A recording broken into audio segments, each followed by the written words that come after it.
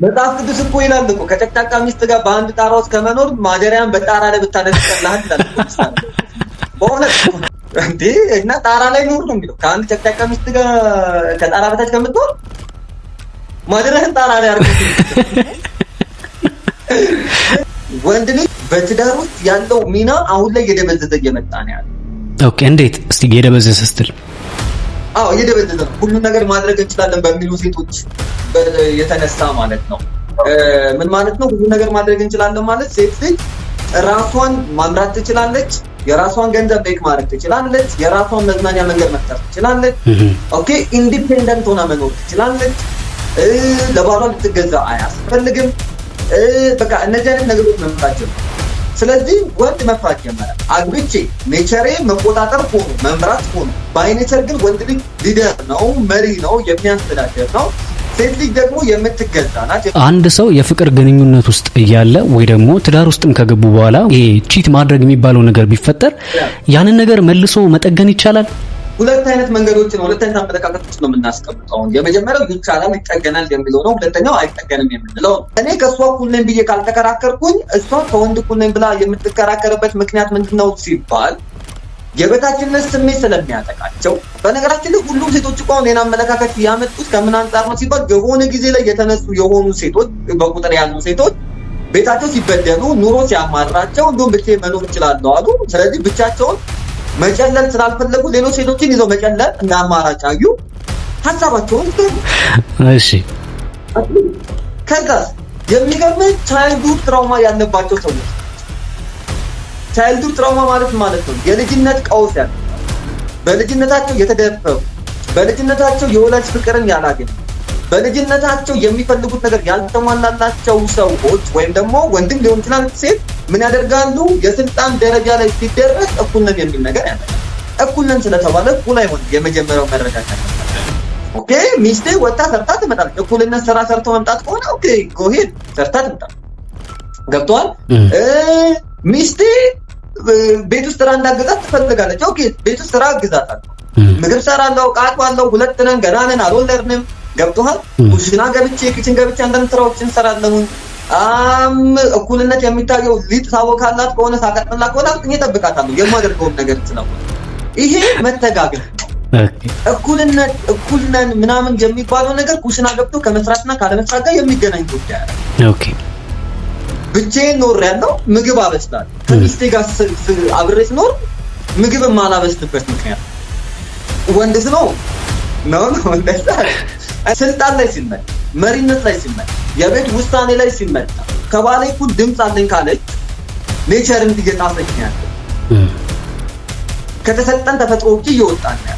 ቤቱን የማስተዳድረው እኔ ነኝ ካለች ችግር እየተፈጠረ ነው ያለው። እንግዳችን እንኳን ደህና መጣ። ራስን አስተዋውቀን፣ ማን እንበል፣ ከየት ነው፣ በምን ሙያ ላይ ነው ያለው? እስቲ በደንብ ራስን አስተዋውቀን መጀመሪያ። እሺ ዮናስ መለሰ እባላለሁ።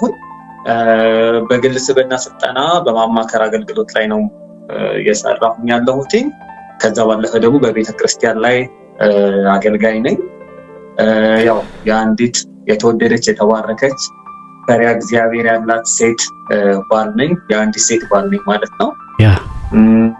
ይህንን ይመስላል። የምኖረው አዲስ አበባ ውስጥ ነው። ኦኬ እሺ፣ በጣም አድርጌ ነው የማመሰግነው። እንግዲህ አይ ቲንክ ዮኒ ብዬ ብጠራክ ለኔ ይቀለኛል። አንተ የማይደብር ከሆነ ትንሽ ቀለል ይለኛል። አዎ ካለን ትውውቅም አንፃር ወጣትም ተወኩኝ ኢሶኬ አያሳስብም። ላንተ በሚቀል መንገድ ተረክ ሙያዬ ላይ ላንተ በጣም ጥሩ። ስለዚህ እንደዚህ ቀለል ካደረክልኝ አይቀር እኔ ዮኒ እያልኩ ነው የምጠራው። እንግዲህ በመጀመሪያ ደረጃ የወንዶች ስነ ልቦና ከሴቶች በምን ይለያል የሚለውን ጥያቄ ነው ማንሳት የፈለኩትና ምን ማለት ነው ምናልባት ሴቶች ይህንን ቢረዱ ግንኙነታቸው የተሻለ ሊሆን ይችላል ብለክ የምታስበው ነገር ካለ እስቲ የተወሰነ ነገር በለኝ። አይ ቲንክ ጥያቄው ገብቷል ብዬ አስባለሁ። አዎ በጣም ገብቶኛል፣ ተረድቻለሁ። እሺ የወንዶች ስነ ልቦና ከሴቶች በምን ይለያል? ያው የሴቶችም ስነ ልቦና ከወንዶች በምን ይለያል? ይሄ በመሰረታዊ ግንኙነት ውስጥ በሪሌሽንሺፕ ውስጥ በፍቅር ህይወት ውስጥ የሚሆን በትዳር ውስጥም በጣም ሊሰመርበት የሚገባውና ሊጠናበት የሚገባው ትልቅ ጉዳይ ነው። ብዙ ጊዜ ትዳር የሚፈርስበት ሪሌሽንሺፕ የሚፈርስበት በአሁን ዘመን ደግሞ እንደምታውቀው ፌሚኒዝም የሚባል አስተሳሰብ መጥቶ በጣም ብዙ ብጥብጥ እየፈጠረበት ያለበት ነገር ምንድነው? ይሄንን ኔቸር አለማወቅ ነው። በወንድና በሴት መካከል ያለው ልዩነት ምን እንደሆነ አለመረዳት በጣም ትልቅ ችግር እየፈጠረ ይገኛል። ስለዚህ ይህንን መረዳት አስፈላጊ ነው። እንግዲህ ስነ ልቦና ስንል ወይም ሳይኮሎጂ ስንል መጀመሪያ ምን እያልን እንደሆነ መታወቅ አለበት። የሰው ልጅን ባህሪ የሚያጠና አንድ የሳይንስ ዘርፍ ነው ስነ ልቦና ወይም ደግሞ ሳይኮሎጂ ስንል ማለት ነው። ስለዚህ ሰው የራሱ የሆነ ባህሪ ያለው፣ ወንድ የራሱ የሆነ ባህሪ ያለው፣ ሴት ልጅ የራሷ የሆነ ባህሪ ያላት። ስለዚህ ተለይቶ ሊታወቅ ይገባል። ከአስተሳሰብ አንጻር፣ ከአመለካከት አንጻር ኢቭን ኢፍ ባዮሎጂካል ሲስተም ላይ ሁላ ሲመጣ ሆርሞን ላይ ወንዱም ሴቱም ልዩነት አላቸው። ከሚደሰቱበት ደስታ፣ ከሚያዝኑበት ሀዘን፣ ኃላፊነትን ከመወጣት ጀምሮ ማለት ነው። ስለዚህ ይሄኛው ግልጽ ሊሆንልን ይገባል ማለት ነው። ሶ የወንድ ስነ ልቦና እና የሴት ስነ ልቦና ምን ይመስላል የሚለውን እንግዲህ ባይ ኔቸር ላይክ ወንድ ልጅ የአንድ የአእምሮን ክፍል የሚጠቀም አካል ነው። ሴት ልጅ ደግሞ ሁለቱንም የአእምሮን ክፍል የምትጠቀም አካል ናት። ወንድ ልጅ ኃላፊነት ላይ ሞር ፎከስ የሚያደርግ ሰው ነው። ሴት ልጅ ደግሞ ከስሜት ጋር ያሉ ነገሮችን ፎከስ የምታደርግ ናት። ምን ማለት ነው? ወንድ ልጅ ፕሮብለም ሶልቨር ኃላፊነትን ወስዶ የሚፈጠሩ ችግሮችን የሚፈታ ሲሆን፣ ሴት ልጅ ደግሞ ኢሞሽናል በሆነ መንገድ ከዛ ወንድ ጋር ኢንቲሜሲን የምትፈጥር የምታግዝ ናት፣ የሚፈጠሩትን ችግሮች እንዲፈታ ማለት ነው። ስለዚህ የወንዶች ስነ ልቦና እና የሴቶች ስነ ልቦና የተለያየ ነው። ብዙ ጊዜ ምን አይነት ችግር ሲፈጠር አስተውላለሁኝ? እኔ ባሰብኩት መንገድ ካልወደደኝ ወይ ደግሞ እሷ እኔ ባሰብኩት መንገድ ካልወደደችኝ የሚባል ችግር ይነሳል። ከዛም በኋላ ሳይጣጣሙ ይቀሩና ይለያያሉ፣ ትዳራቸው ይበጠበጣል፣ በዛ መንገድ ይፋታሉ ማለት ነው። ስለዚህ ወንድ ምን አይነት አስተሳሰብ አለው፣ ምን አይነት ስነ ልቦና ያለው፣ ሴት ልጅ ምን አይነት ስነ ልቦና አላት የሚለውን ያንን መረዳትና መለየት አስፈላጊ ነው ማለት ነው። ስለዚህ ሴቶች ወንዶችን እንዴት መረዳት አለባቸው? ወንዶች ኃላፊነትን የሚወስዱ ኃላፊነትን የሚወጡ ዘያር ሊደር እንደሆኑ መታወቅ መቻል አለባቸው። ባይ ኔቸር በተፈጥሮም የተሰጣቸው ጊፍት ያ ስለሆነ ማለት ነው። ሴቶች ደግሞ ኢንቲሜሲ ስሜት ላይ የሚሰሩ ናቸው። ኦኬ አሁን አንድ ሴት ተነስታ ወንድ ልጅን የሆነ ነገር ላስተምር ብትል ለወንድ ልጅ የሚሆን ነገር አይደለም። በሴት ልጅ መማር አስተካክዬው አገባዋለሁ፣ አስተካክዬው እንደዚህ አይነት ባህሪውን እንዲቀይር አደርጋለሁ ብትል አንዲት ሴት ለዛ ወንድ ዲስሪስፔክት ነው ማለት ይሄ የኔ ግምት ወይም ደግሞ የኔ አስተሳሰብ ሳይሆን ሳይኮሎጂካሊ የሰው ልጅ ወይም ደግሞ የወንድ ልጅ ጭንቅላት የተሰራበት መንገድ በእንደዚህ አይነት መንገድ ላይ ስለሆነ፣ ስለዚህ ሴቶች ምን ማድረግ አለባቸው? ያን ወንድ ለመቀየር ሳይሆን ማድረግ ያለባቸው ከስሜት ጋር በተገናኘ መንገድ የሚፈልገውን ሪስፔክት እና ሰላም በመስጠት። ወንድ የሚፈልገው ከሴት ልጅ ክብር ይፈልጋል፣ ከዛ ደግሞ ሰላሙን ይፈልጋል። ወንድ ልጅ ሰላምና ክብርን ያስቀድማል። አንዴ ድገምላችሁ እስቲ። ወንድ ምን ይፈልጋል? ወንድ ልጅ ክብርና ሰላምን ይፈልጋል። ኦኬ። ሴት ጋር ሲሄድ ሰላም ነው የሚፈልገው። ኦኬ። እና ክብር ይፈልጋል፣ መከበርን ይፈልጋል። ስለዚህ እነዚህን ሁለት ነገሮች እሷ ብትሰጠው ያንን ወንድ ሳይወድ በግዱ እሷ ወደምትፈልግበት መንገድ ማምጣት ትችላለች ማለት ነው። ኦኬ። ስለዚህ የወንድን ስነ ልቦና መረዳት ያለባት በእንደዚህ አይነት ነገር ነው። ሁለተኛው ችግሮችን ለመፍታት ሴት በጣም ስትጣጣርና ስትሞክር ለወንድ ልጅ ቅድሚያ ሳይሰጠው ወይም ደግሞ አብራት ላለው ወንድ ቅድሚያ ሳይሰጠው እሷ ስትሞክር ያንን ወንድ የበታችነት ስሜት እንዲሰማው ማድረግና የተሰጠውን ሮል ማለትም ናቹራል ሮል ፈጣሪ ሲፈጥረው የሰጠውን ያንን ናቹራል ሮል እየረገጠችበት ነው ያለው። ስለዚህ በቤት ውስጥ በትዳር ውስጥ በፍቅር ህይወት ውስጥ የወንድ ልጅ ስነ ልቦና ችግሮችን መፍታት ስለሆነ ለሱ ቅድሚያ መስጠት አለባት ማለት ነው። ኦኬ። አስቀድማ ለሱ ነው መስጠት ያለባት። በዛ ውስጥ ነው ያንን ወንድ ወደ ራሷ ማምጣትና ወደ ራሷ ማስጠጋት የምትችለው ማለት ነው። ሴት ልጅ ተነስታ ለምሳሌ በስነ ልቦና ውስጥ ምን ይባላል? ወንድ ልጅ በጣም የምታወራን ሴት ይጠላል፣ አይፈልግም። ለምንድን ነው ግን እሱ ነገር? ለምንድን ነው ብዙ ጊዜ ብዙ ወንዶች እንደዚህ በጣም ቶካቲቭ የሆነች በጣም የምታወራን ሴት አይወዱም ይባላልና ለምንድን ነው ይሄ ነገር? ምንድነው? ቅድም እንዳልኩት ነው። ወንድ ልጅ የሚጠቀመው የአንደኛውን የአእምሮን ክፍል ነው። ሴት ልጅ ደግሞ የሁለቱን ነው የምትጠቀመው። ሴት ልጅ ስሜቷን የምትገልጸው ወይም ደግሞ ራሷን መግለጽ የምትችለው በምታወራቸው ነገሮች ላይ ነው። ወንድ ልጅ ደግሞ ተግባር ላይ ነው የሚገልጸው። ስለዚህ ሴት ዝምተኛን ወንድ አትወድም። የእሷ የአእምሮዋ ክፍል በንግግር የሚሰራ ስለሆነ ሊንጉስቲክ ስለሆነ በንግግር የሚሰራ ስለሆነ ወንዱም እንዲናገር እንዲያወራ ትፈልጋል። ኦኬ። ስለዚህ ወንድ ልጅ ደግሞ ባይ ኔቸር ዝምተኛ ነው፣ ሴት ልጅ ደግሞ ባይ ኔቸር ለፍላፊ ናት። እነዚህ ሁለት ተቃራኒ ለምሳሌ ይዘል ያው ታወራለች ማለት እና ዲስፔክት ማለት አንደርስታንድ ያወረዳለሁ። ስለዚህ እነዚህ ሁለት የተለያዩ ኔቸር ያላቸው ሰዎች ሊግባቡ ይገባል ማለት ነው። ኦኬ። ስለዚህ የት ቦታ ላይ ማውራት እንዳለባት መምረጥ መቻል አለባት። የት ቦታ ላይ መናገር እንዳለባት ማውራት ምንድነው ኮንሸስ መሆን መቻል አለባት በተሻለ መጠን ማለት። ስለዚህ የወንድ ልጅን ስነ ልቦና መረዳት ማለት ባህሪው ምን ይመስላል፣ ስሜቱን የሚገልጸው እንዴት ነው። ወንድ ልጅ ለምሳሌ ዝም ማለት የሚፈልግበት ጊዜ አለ። ችግር ውስጥ ሲገባ፣ ጭንቀት ውስጥ ሲገባ፣ የሆነ ነገር ሲፈጠር ቢሮ ገብቶ ያው ክፍሉም ሊሆን ይችላል ቢሮ ያልኩት ቢሮ ይስላል ነውና ቤት ውስጥ ሄዶ ወይ ሆቴል ሄዶ የሆነ ቦታ ላይ ሄዶ ብቻውን ማሳለፍ የሚፈልግበት ጊዜ ይኖራል። ኦኬ። ሴት ልጅ ደግሞ ስሜቷ ሲጎዳ ሶሻብል መሆን ነው የምትፈልገው። ገብቷል። የሆነ ማህበር ውስጥ ገብታ ላይክ ማውራት መናገር የተፈጠረባትን ነገር ያን ይቀላታል። ወንድ ልጅ ደግሞ ምንድነው የሚያደርገው ለብቻው ይዞ ፕሮብለም ሶልቨር ስለሆነ የተፈጠረውን ችግር እንዲፈታለው ብሎ በግሉ ነው የሚያስበው። ሴት ልጅ ደግሞ በማህበር ለመፍታት ነው የምትሞክረው ችግሩ። ኦኬ። ስለዚህ ስነ ልቦና መረዳት ማለት ባህሪ ማጥናት መቻል ነው ማለት ነው። ኦኬ። ስለዚህ ትዳር ውስጥ ከመገባት በፊት ፍቅረኛም ከመያዝ በፊት በተሻለ መጠን ሰዎች የወንድንና የሴትን ባህሪ አጥንተው አብረውት የሚሆኑትን ሰው ምን አይነት ባህሪ ነው ያለው የሚለውን አጥንተው ቢገቡ የተሻለ ነው ብዬ አስባለሁ። ምናልባት የጠየቀኝን ጥያቄ በስተክል ከመለስኩኝ አላውቅም። አዎ በደንብ አድርገን የመለስክልን፣ በደንብ አድርገን ያብራራህልን፣ እንደውም ከጠበቅኩት በላይ ነው። በደንብ አድርገን ያብራራህልን ማለት ነው። ወደ ቀጣይ ጥያቄ ይለፍ። እንግዲህ ወደ ቀጣይ ጥያቄ ሳልፍ እንግዲህ አሁን ያለንበት ዘመን ትንሽ የሚዲያ ዘመን ነው ታውቃለህ አይደል? የቲክቶኩ፣ ፌስቡኩ፣ ዩቲዩቡ፣ ኢንስታግራም፣ ስናፕቻት ብዙ ነገሮች አሉና እስቲ አሁን ባለንበት ዘመን ላይ አሁን ባለንበት የቲክቶክና የፌስቡክ ዓለም ላይ ትክክለኛ ፍቅር መፈለግ ወይ ደግሞ ማግኘት ይበልጥ ከብዷል ብለህ ታስባለህ ወይስ ደግሞ ቀሏል ብለህ ታስባለህ? እንዳጠቃቀም ነው። እኔ ሚስቴን ያገኘኋት በሶሻል ሚዲያ ነው።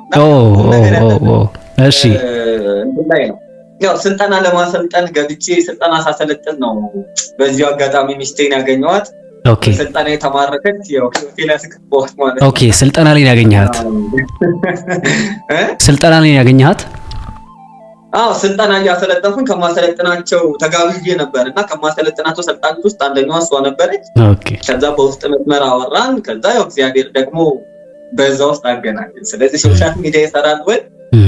ያው ይሰራል። ለኔ ስለሰራ ግን ምንድነው ከጥቅሙ ጉዳቱ ያመዝናል። ኦኬ። ፎከስ መደረግ ያለበት እዛ ላይ ነው። ምን ማለት እንደፈለኩኝ ልንገርህ። ሶሻል ሚዲያ ፊልተር ነው። ፊልተር ነው ማለት አንድ ነገር ፊልተር ተሰራለት ማለት ትክክለኛ ማንነትህን ደብቆ ማሳየት የምትፈልገው ነው የሚያሳየው። መልክህን፣ ንግግርህን፣ የምትለብሰውን፣ የምትጠጣውን መርጠህ የምትለቅበት ቦታ ሶሻል ሚዲያ ማለት። ብዙ ጊዜ ወጣቶች የሚሸወዱት በዛ። አንዲትን ሴት በሶሻል ሚዲያ ወይም ደግሞ አንድ ወንድ በሶሻል ሚዲያ ለመጀንጀን ወይም ደግሞ ሪሌሽንሺፕ ለመፍጠር ይሞክሩና ቴክስት ሲደራረጉ ወንዱ አስቦ ነው የሚመልሰው፣ ሴቷም አስባ ነው። ስለዚህ ሊጎዳው የሚችለውን ነገር አትጠቀምም፣ ሊጎዳት የሚችለውን ነገር አትጠቀምም። እጁ ላይ እስኪገባ ድረስ ወይ እጁ ላይ እስክታስገባው ድረስ ማለት ነው። ትክክል። ስለዚህ ሞር በጣም ችግር የሚፈጠረው በዚህ ወቅት ነው። ከዛ በትክክለኛ በአካል ሲገናኙ እነዚህ ሰዎች ሪሌሽንሺፑ መጀመር ያለበት እንትኑ ላይ አይደለም፣ እዛው ሶሻል ሚዲያው ላይ አይደለም። በአካል ተገናኝቶ ተውቃቸው በዛ ሊጀመር ይችላል። የፍቅር ህይወቱ ግን መጀመር ያለበት በአካል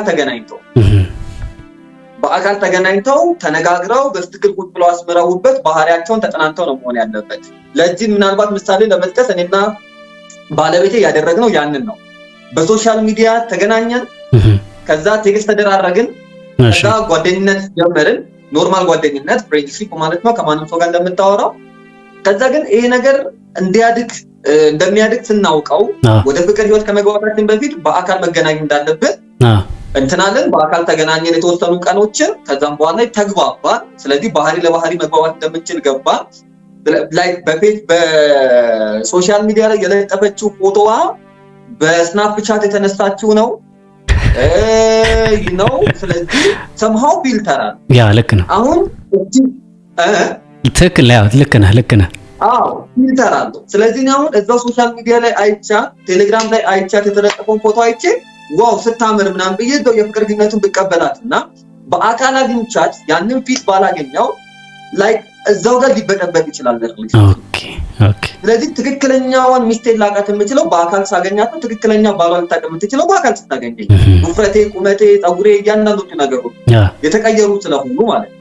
የቆየም ፎቶ ስለሆነ የምለጥፈው ዛሬ ከዛ ተገናኘን ሳያት በቃ ያስታውቃል፣ ስታየኝ ያስታውቃል የተወሰነ ነገር እንዳለው።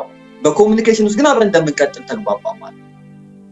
ከዛም በኋላ ላይ ካገኘዋት በላይ በስልክ ከማውቃት በላይ ቆንጆ እንደሆነች ውስጧ ውብ እንደሆነ ያን ተረዳው አብረን ቀጠልን ማለት ነው። በሶሻል ሚዲያ ውስጥ የሚፈጠሩ ትዳሮች ለገንዘብ ቀውስ፣ ለስነ ልቦና ቀውስ፣ ለባህሪ ቀውስ፣ ከባህሪ ቀውስ ደግሞ ባለፈ ኢቭን ፊዚካሊ እስከ መጎዳት ድረስ የሚደርሱበት ትልቁ ችግር ነው ሶሻል ሚዲያ። ስለዚህ በሶሻል ሚዲያ ላይ ሪሌሽንሺፕ መጀመር አለበት ወይ? አኮርዲንግ ቱ ሚ መጀመር የለበት። ኦኬ። አትደግፍም አንተ? ከማይደግፉት ነው ማለት ነው? አልደግፍም። ኦኬ። አልደግፍም። ለምንድን ነው የማልደግፈው? ምናልባት እኔ እንደ አማካሪ እንደ አሰልጣኝም ሙያውም እንዳለው ሰው ከባለቤት ጋር ሳወራቷን በሶሻል ሚዲያ ባገኛትም እንድኮንትሮል ማድረግ እንዳለብኝ ግን አውቅ ነበር እውቀቱ ስላለ። አብዛኞቹ ሰዎች ግን ወጣቶች የሚያነቡ አይደሉም። ገብቶሃል? ሪሰርች የሚያደርጉ አይደሉም። በቃ እንዲሁ በዘፈቀደ የሚሄዱ እንትን በመንጋ የሚመሩ ናቸው የሚሄዱ ናቸው። እና ስለዚህ ከእውቀታቸው በላይ ስሜታቸውን የሚያስቀድሙ ስለሆነ ከጥቅሙ በላይ ጉዳቱ ይበልጥባቸው። ስለዚህ በሶሻል ሚዲያ ላይ የሚጀመር አብሶ ዲስታንስ ሪሌሽንሺፕ ያለው ነገር ስኬት የለውም ማለት አይደለም። እስቲ ያው ስለዚህ ነገር ልመጣልህ ነበርና እስቲ ስለ ዲስታንስ ሪሌሽንሺፕ ከዚህ ጋር ያው ብዙ ጊዜ እንደዚህ በሶሻል ሚዲያ የሚጀመሩ የፍቅር ግንኙነቶች ያው ዲስታንስ ሪሌሽንሺፕ ላይ ብዙ ፎከስ ያደርጋሉና እስቲ ዮናስ ዲስታንስ ሪሌሽንሺፕን ይደግፋል ወይስ አይደግፍም? ካልደገፈስ በምን ምክንያት? ከደገፈስ ደግሞ በምን ምክንያት? ምክንያቱም በጣም ብዙ የርቀት ፍቅር ላይ ያሉ በዚህ ሰዓት እንኳን ይሄን ሚዲያ እንኳን የተከታተሉ ያሉ የርቀት ፍቅር ላይ ያሉ ሰዎች አሉና እስቲ እንደ ዮናስ ስለ ዲስታንስ ሪሌሽንሺፕ ያለህን አመለካከት እስቲ ንገረኝ። አዎ እንግዲህ ከዮናስ በላይ ሙያው ያወራና ሳይኮሎጂው ያወራ ከኔ በላይ ስነ ልቦናው ምን ይላል? ዲስታንስ ሪሌሽንሺፕ ሪከመንድ አይደረግም።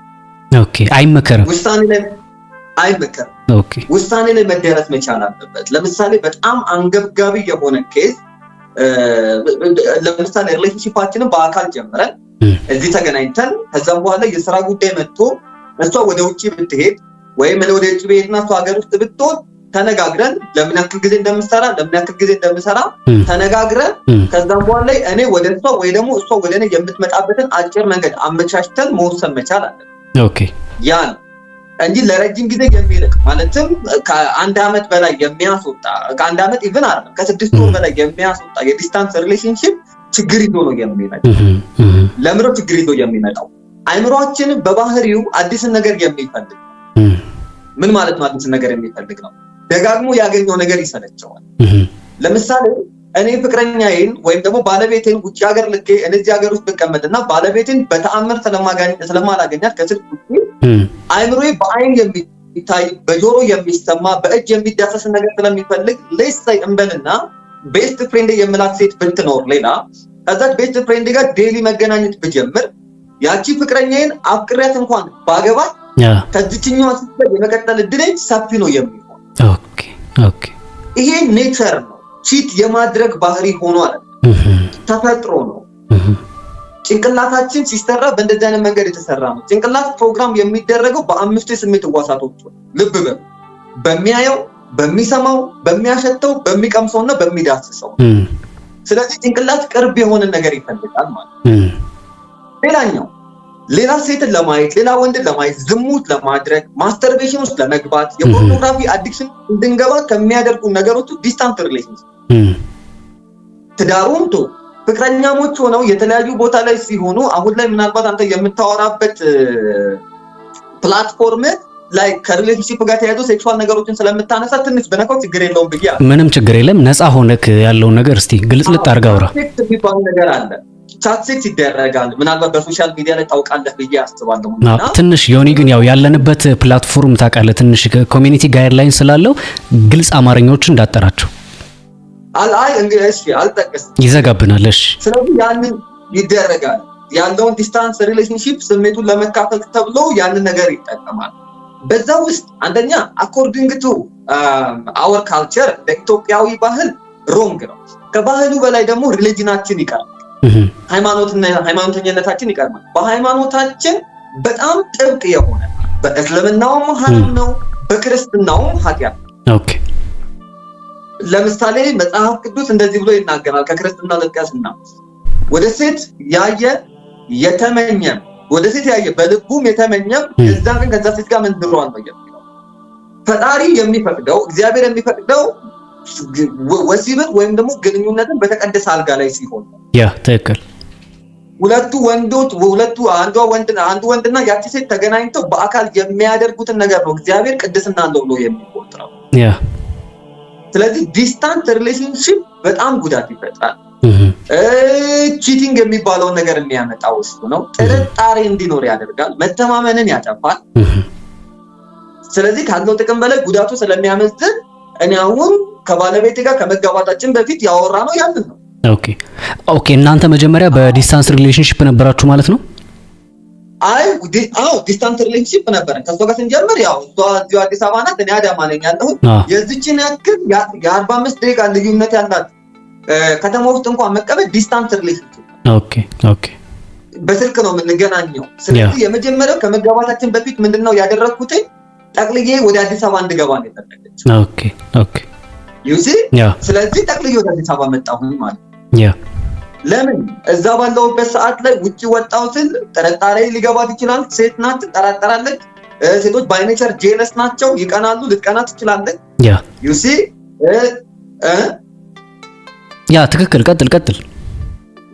ልትቀና ትችላለች። እኔም ደግሞ እዚሁ አዲስ አበባ ውስጥ ሆና ትምህርት ቤት ደርሼ ከመምህራኖች ጋር መምህር ናት ከእንትኖች ጋር ተገናኝቼ ምናምን ስትል ልጠራጠር ይችላለሁ። ይሄ እንትን አይደለም፣ መጥፎ አይደለም። መጥፎ አይደለም። ላይክ ለምን ትጠራጠረኛለህ ምናምን አትባባሉ። እንደዚህ አይነት ነገር አይባልም። ትክክለኛ ሰው ልክ ነህ። ስለዚህ ያንን ልናጠብበት የምንችለው ነገር ወደ አዲስ አበባ መግባት ነው። ወደ አዲስ አበባ አይደለም ሩቅ ሀገር ነው። አይደለም በሶሻል ሚዲያ ነው። የ45 ደቂቃ መንገድ ልዩነት ያላት አዲስ አበባ እና አዳማ እንኳን በሳምንት ውስጥ ለመገናኘት የማይሆን ነገር ነው። ስለዚህ ዲስታንስ ሪሌሽንሺፕ ሪከመንድ አይደረግም። እንደሆነ ሳይሆን እንደሳይሆን እኔም አልቀበልም። ኦኬ እንደው ከዚሁ ጋር የተያያዘ ጥያቄ ስለሆነ ላንሳልህና ወደ ቀጣዩ ጥያቄ አልፋለሁኝ።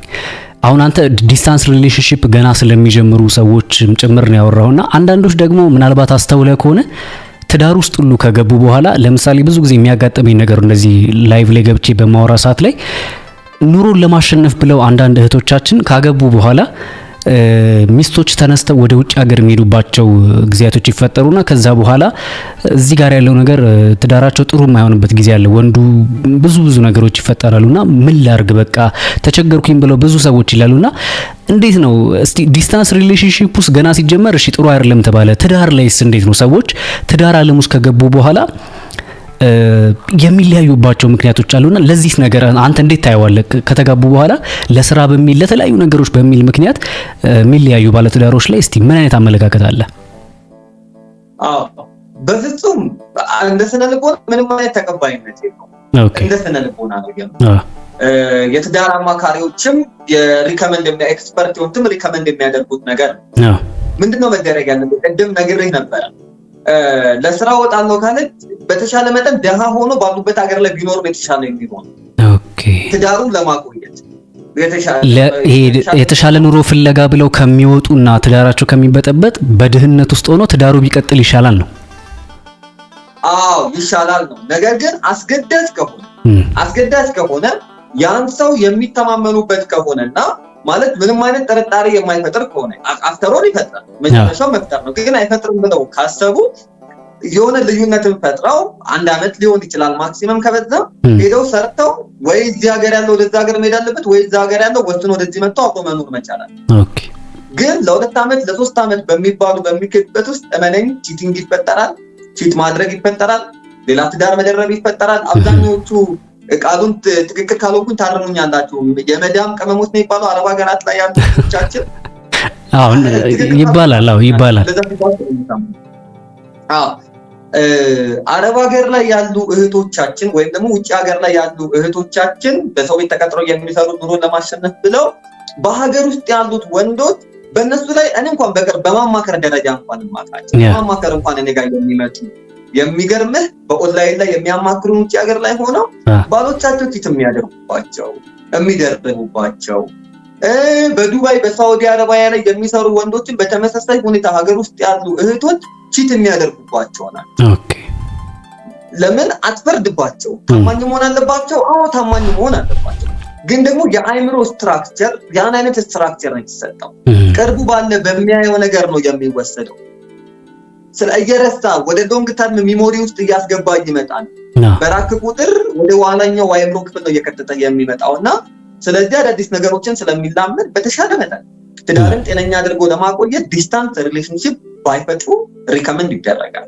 ኦኬ እጅግ አድርጌ ነው የማመሰግነው። እንግዲህ ጥያቄያችንን በሚገባ ነው የመለስክልን። ወደ ቀጣዩ ጥያቄ ነው ማልፈው። እንግዲህ በሶስተኛ ደረጃ የምጠይቅ ጥያቄ ምንድነው ብዙ ጊዜ ብዙ ሰዎች ያው ሪሌሽንሺፕ ከጀመሩ በኋላ ምናልባት አስተውለህ ከሆነ ትዳር ውስጥ የመግባት ነገር ላይ ፍራቻ ይፈጠርባቸዋል። የመፍራት ነገር ትዳርን የመፍራት ነገር አለና በዚህም የተነሳ አንዳንዶቹ 4 ዓመትም 5 ዓመትም 6ም 7ም ከዛም በላይ በጮኝነት ብቻ የሚቆዩባቸው ጊዜያቶች አሉና እስቲ ከዚህ አንፃር አብዛኛው ሰው ትዳርን ለምንድን ነው የሚፈራው? ከምን የተነሳ ነው? እና ደግሞ ይህን ፍርሃትንስ ማስወገድ ይቻላል ወይ የሚል ጥያቄ ነው ያለውና እስቲ ይሄንን ዘርዘር አድርገን ምታያው ባለ ትዳርም ስለሆንክ እንዴት ነበር አንተና ባለቤት ወደ ትዳር ለመግባት ስታስቡ ምን ቻሌንጅ አደረጋችሁ? ትንሽ ከህይወትህ አንስተህ ብትመልስልኝ በዚህ አጋጣሚ ደስ ይለናል። እስቲ ትዳር ጣፋጭ ነው በእውነት ነው የምላችሁ። ካገባው በኋላ እንግዲህ አግቡ እየተባላችሁ ነው፣ ሰምታችኋል ተከታታዮቻችን። ጥሩ ነው እያለ ነው፣ የህይወት ምስክርነት ነው እየሰማን ያለ ነው። እስቲ ቀጥል። እሺ ምንድነው መሰለህ ለምሳሌ በድሮ ጊዜ ሰው ለማግባት በጣም ነበር የሚቸኩለው። በጣም ኦኬ ይቸኩል ነበር። አግብቶ መኖር ድሮ በጣም ነው የሚቸኩለው። አብሶ በአባቶቻችን ዘመን 2 ሴት 3 ሴት ሁላ ያገቡ ነበር እኮ። ይገርማል። የሚገርም ነው። ያኔ ኑሮም ጥሩ ነው። ትዝ ይልህ ከሆነ ያው ኑሮም ጥሩ እኮ ነው አይመስልህም? እንደዛ ነበረ። ምንድነው አሁን ላይ ሰዎችን ትዳር እንዲፈሩ ያደረጋቸው ነገር? የመጀመሪያው ሶሳይቲ ነው። ኦኬ ሶሳይቲ ማህበረሰቡ አይ ማህበረሰቡ ሶሳይቲ ስትል ማህበረሰቡ የተረጎምኩላቸው ነው ያተከማል። ማህበረሰብ ምን ማለት ነው? ማህበረሰብ ነው ማለት ለምሳሌ አሁን ልክ ይሄ ዓለም ግሎባላይዜሽን እየሆነች ስትመጣ ወይም ደግሞ ወደ ሞደርን ወደ መሆን አሁን ያለንበት ፖስት ሞደርኒዝም የመጨረሻው ስልጣኔ ላይ ነው ያለነው። በጣም እየሰለጠንን ስንመጣ ማቴሪያሊስት ወደ መሆን መጣን። ኦኬ ለትዳር የምናቀርባቸው ክራይቴሪያዎች በጣም ሃይ የሆኑ መምጣት ጀመሩ። ሴቶቹ ሳይሆን አፍተሮል የሚፈሩት ወንዶቹ ናቸው። የመጨረሻው ድምዳሜ እነሱ ጋር ስላለ ማለት ነው። እና ክራይቴሪያው ማቴሪያሊስት መሆን ሆነ። ስለዚህ ለትዳር ዋናው መሟላት ያለበት ነገር ይሄኛው ንብረት ያለው ይሄኛው ንብረት ያለው ይሄኛው ንብረት ያለው ይሄኛው ንብረት ያለው የሚባል መቆጠር ተጀመረ። ኦኬ ገብቷል። ስለዚህ አንድ እሱ ነው ሶሳይቲው ሰዎችን ለትዳር የሚገፋፋበት መንገድ እሱ ስለሆነ። ሁለተኛው ምን አይነት ነገር መጣ? የትዳር ሮል ኃላፊነት ምን እንደሆነ ዝብርቅርቅ ወጣ። ኦኬ ለምሳሌ ወንድ ልጅ በትዳር ውስጥ ያለው ሚና አሁን ላይ እየደበዘዘ እየመጣ ነው ያለው። ኦኬ እንዴት? እስቲ እየደበዘዘ ስትል? እየደበዘዘ ነው። ሁሉን ነገር ማድረግ እንችላለን በሚሉ ሴቶች የተነሳ ማለት ነው። ምን ማለት ነው? ሁሉን ነገር ማድረግ እንችላለን ማለት ሴት ልጅ ራሷን ማምራት ትችላለች፣ የራሷን ገንዘብ ሜክ ማድረግ ትችላለች፣ የራሷን መዝናኛ መንገድ መፍጠር ትችላለች። ኦኬ ኢንዲፔንደንት ሆና መኖር ትችላለች። ለባሏ ልትገዛ አያስፈልግም። በቃ እነዚህ አይነት ነገሮች መምጣት ጀመሩ። ስለዚህ ወንድ መፍራት ጀመረ። አግብቼ ኔቸሬ መቆጣጠር ሆኖ መምራት ሆኖ መቆጣጠር ማለት አንደርስታንድ አድርጉ እሺ። ይሄ ምንድነው ዲክታተርሺፕ የሆነ አመራር ሳይሆን ባይኔቸር ግን ወንድ ልጅ ሊደር ነው፣ መሪ ነው፣ የሚያስተዳድር ነው። ሴት ልጅ ደግሞ የምትገዛ ናት። የምትገዛ ናት ማለት ምን ማለት ነው? ለወንድ ልጅ የምትሰጠው ስሜትን ነው፣ ፍቅርን ነው፣ አጋዥ ናት። ኦኬ ለቤታቸው ዓላማ ለሚሰሩት ነገር የምታግዝ ናት ሴት። ወንድ ልጅ ደግሞ የሚመራ ነው። በተፈጥሮም ያ ነው አይደል? እግዚአብሔር አዳምን ከፈጠረ በኋላ ሔዋንን ሲፈጥር ምን ብሎ ነው የፈጠረልን? ረዳት፣ ምቹ የሆነ ረዳት እንፍጠርለን። ስለዚህ ስትወጣም የወጣችው ከጎኑ ነው። እንድታግዘው እንድትረዳው ዩሲ ሴክሹዋል የሆነ ነገር ውስጥ ሲሰጠው ወንድ ልጅ ንቁ ይሆናል፣ ኮንሺየስ ይሆናል። ምናልባት ሌላ ጊዜ ላይ በደንብ እናወራበታለን ብዬ አስባለሁ። ይሄን ከሳይንስ አንፃር ብዙ ዲቴል ነገር ስላለው ስለዚህ እሱ ስለሆነ ብዙ ነገሮችን የማስተካከል አቅም አለው ተብሎ ስለሚታመን ነው። ወንድና ሴት እኩል ናቸው። አንድ ነገር እኩል የሆኑ ግን በምንድን ነው? በአፈጣጠር እኩል ናቸው። ሁለቱንም እግዚአብሔር ነው የፈጠራቸው፣ ፈጣሪ ፈጥሯቸው። ወንዱንም ሴቱንም እኩል ናቸው። በኃላፊነት ደረጃ በስልጣን ደረጃ ግን there is a big difference between them በሁለቱ ጾታዎች መካከል ትልቅ። እስቲ ይሄንን ነገር በደንብ አብራራው። ማለት አሁን ለምሳሌ እንዳልከው አንዳንዶች እኛም እኩልን ከወንዶች እኩልን ወንዶች የሚያደርጉትን ነገር እኛም ማድረግ እንችላለን ብለው የሚያስቡ ሴቶች አሉ። አንዳንዱ ደግሞ ከዛም ከፋ ብለው ደግሞ ሌላ ችግር ውስጥ ሁሉ ገብቷል። ማለት ያገቡ ሰዎችን ሁሉ የሚተቹ ሴቶች የመጡበት ጊዜ ላይ ያለን። ማለት እነሱ ሳያገቡ ወይ አግብተው የፈቱ ናቸው እና እነኚህ ሰዎች ያገቡ ሴቶችን እንዴት ባልሽ በዚህ ልክ ዝቅ እንዲያረግሽ የሚመስል ዝቅታ ያደለ ግን ደግሞ ዝቅ ያረግሽ እኮ ነው የሚል አይነት መልእክቶችን እያነሱ ስለሆነ እስቲ ከዚህ አንፃር አንተ እንዴት ትመለከቷል ይሄን ነገር? ይሄንን ነው እያልኩ ያለው። ተሞክሮ ነበር ባይዘው ሴት ልጅ የቤት አባወራ ሆና የተኖረበት ዘመን ነበር። ከጥፋት ውሃ በኋላ ታሪክ እንደሚያስቀምጠው ከኖህ ጥፋት በኋላ ማለት ነው ታሪክ እንደሚያስቀምጠው በጣም አስቸጋሪውን ነገር ተፈጥሮ ነበር። ሴት የበላይ ሆና የመራችባቸው ጊዜያቶች ነበሩ። ኦኬ ቤትን ማለት መሪ ሆና እና በጣም አስቸጋሪ ሆኖ ነበረ ያንን ወደ ነበረበት ለመመለስ ማለት ነው። በጣም ብዙ ነገሮች ዝብርቅርቆቹ የወጡባቸው ጊዜያቶች ነበሩ በዛ ወቅት ላይ ማለት ነው። ስለዚህ ያልተሞከረ ነገር ተሞክሯል። ግን ሰው ከተፈጥሮ ውጪ መሆን መቻል አይችልም። ምን ማለት መሰለህ? ለምሳሌ እኮ ከወንዶች በላይ እኮ ሴቶች እኮ ጠቢብ ናቸው እኮ በጥበብ ደረጃ። እኔ ከሴት በላይ ጠቢብ ነኝ ልል አልችልም። ኔቸር እንደዛ አይደል? ሴቷ ጠቢብ ናት ከኔ በላይ። ሴት ባይ ኔቸር ጠቢብ ናት። እኔ ባይ ኤዱኬሽን ነው ጠቢብ ልሆን የምችለው። ኦኬ ኦኬ። ሁለቱንም የአእምሮዬን ክፍል ላሰራ የምችለው ባይ ኤዱኬሽን ነው። እሷ ግን ሁለቱንም የአእምሮ ክፍሎቿን በተፈጥሮ እንድትጠቀምበት ተሰጥቷል። ይሄንን ልቀይረው አየህ፣ እኔ ከእሷ እኩል ነኝ ብዬ ካልተከራከርኩኝ እሷ ከወንድ እኩል ነኝ ብላ የምትከራከርበት ምክንያት ምንድነው ሲባል የበታችነት ስሜት ስለሚያጠቃቸው በዘመናት መካከል የተጫነባቸው የበታችነት ስሜት ስላለ ያንን ማሸነፍ ስለሚፈልጉ በእንደዚህ አይነት መንገድ ነው። በነገራችን ላይ ሁሉም ሴቶች እኮ የኔን አመለካከት ያመጡት ከምን አንፃር ነው ሲባል የሆነ ጊዜ ላይ የተነሱ የሆኑ ሴቶች በቁጥር ያሉ ሴቶች ቤታቸው ሲበደሉ ኑሮ ሲያማራቸው እንደውም ብቻዬን መኖር እችላለሁ አሉ። ስለዚህ ብቻቸውን መጨለል ስላልፈለጉ ሌሎች ሴቶችን ይዘው መጨለል እንደ አማራጭ አዩ። ሀሳባቸውን እሺ ከዛስ የሚገርምህ ቻይልድሁድ ትራውማ ያለባቸው ሰዎች ናቸው። ቻይልድሁድ ትራውማ ማለት ነው የልጅነት ቀውስ ያለው በልጅነታቸው የተደፈሩ በልጅነታቸው የወላጅ ፍቅርን ያላገኙ በልጅነታቸው የሚፈልጉት ነገር ያልተሟላላቸው ሰዎች ወይም ደግሞ ወንድም ሊሆን ይችላል ሴት ምን ያደርጋሉ? የስልጣን ደረጃ ላይ ሲደረስ እኩል ነን የሚል ነገር ያመጣል። እኩል ነን ስለተባለ እኩል አይሆንም። የመጀመሪያው መረዳት ያለባቸው ኦኬ፣ ሚስቴ ወጣ ሰርታ ትመጣለች። እኩልነት ስራ ሰርቶ መምጣት ከሆነ ኦኬ ጎ ሄድ ሰርታ ትምጣ። ገብቷል? ሚስቴ ቤት ውስጥ ስራ እንዳገዛት ትፈልጋለች። ኦኬ ቤት ውስጥ ስራ አግዛታለሁ። ምግብ ሰራለሁ፣ ቃጥዋለሁ፣ ሁለት ነን ገና ነን አልወለድንም። ገብቷል? ኩሽና ገብቼ ኪችን ገብቼ አንዳንድ ስራዎችን ሰራለሁ። እኩልነት የሚታየው ሊጥ ሳወካላት ከሆነ ሳቀጥላ ከሆነ አጥኜ እጠብቃታለሁ የማደርገውን ነገር ስለሆነ ይሄ መተጋገዝ ነው። ኦኬ እኩልነት እኩልነን ምናምን የሚባለው ነገር ኩሽና ገብቶ ከመስራትና ካለመስራት ጋር የሚገናኝ ጉዳይ አይደለም። ኦኬ ብቻዬን ኖሬያለሁ፣ ምግብ አበስላለሁ። ከሚስቴ ጋር አብሬ ስኖር ምግብ የማላበስልበት ምክንያት ምንድን ነው? ወንድ ስለሆንኩ ነው እንደዛ። እነ ጴጥሮስ እኮ በመጽሐፍ ቅዱስ ላይ እኮ ከክርስቶስ ጋር እኮ አብስለው እኮ ያከፋፍሉ ነበር። ግን ስልጣን ላይ ሲመጣ፣ መሪነት ላይ ሲመጣ፣ የቤት ውሳኔ ላይ ሲመጣ ከባሌ እኩል ድምፅ አለኝ ካለች ኔቸርን እየጣሰች ነው ያለች። ከተሰጠን ተፈጥሮ ውጪ እየወጣን ነው ያለው። ቤቱን የማስተዳድረው እኔ ነኝ ካለች ችግር እየተፈጠረ ነው ያለው። ለምሳሌ እኔ በገንዘብ አያያዝ ላይ ሰነፍ ስለሆንኩኝ ባለቤቴና ገንዘብ ኮንትሮል እንድትደረግ የሚደረገው ሰነፍ ስለሆንኩኝ ስለማኑ ገንዘብ እጄ ላይ ሲገባ እንደማጠፋ ስለማቅ የቤት ወጪዎች ላይ እሷን ነው ማስቀመጥ። ወንድ ልጅ ለምሳሌ ውጪ ሄዶ ስራ ሰርቶ ገንዘብ ያመጣል። ያመጣውን ገንዘብ ለሚስቱ ይሰጣል። ሚስቱ ቦታ ማስያዝ ተፈጥሮዋን።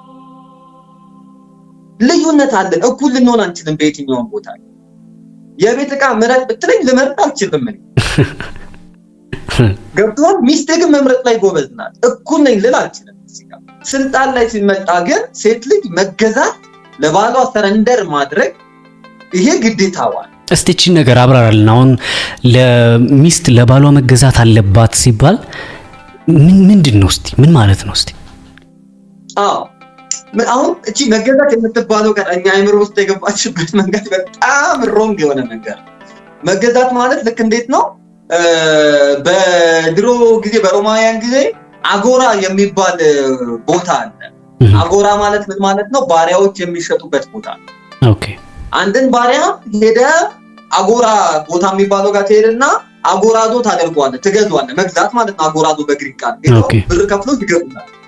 ይገዙትና ያንን ባሪያ ብር ስለከፈሉበት የፈለጉትን ነገር ያደርጉታል። ገዝተውት ነው የራሳቸው አድርገው። አጎራ የሚባለው ያ ነው። እዚህኛው ላይ ሲመጣ አሁን ብዙ ሴቶች ጋር ያለው ነገር ምንድነው? መገዛት አለብሽ ስትባል ባል የፈለገውን ነገር በሚስቱ ላይ ያደርጋል ብለው ነው የሚያስቡ። ኦኬ።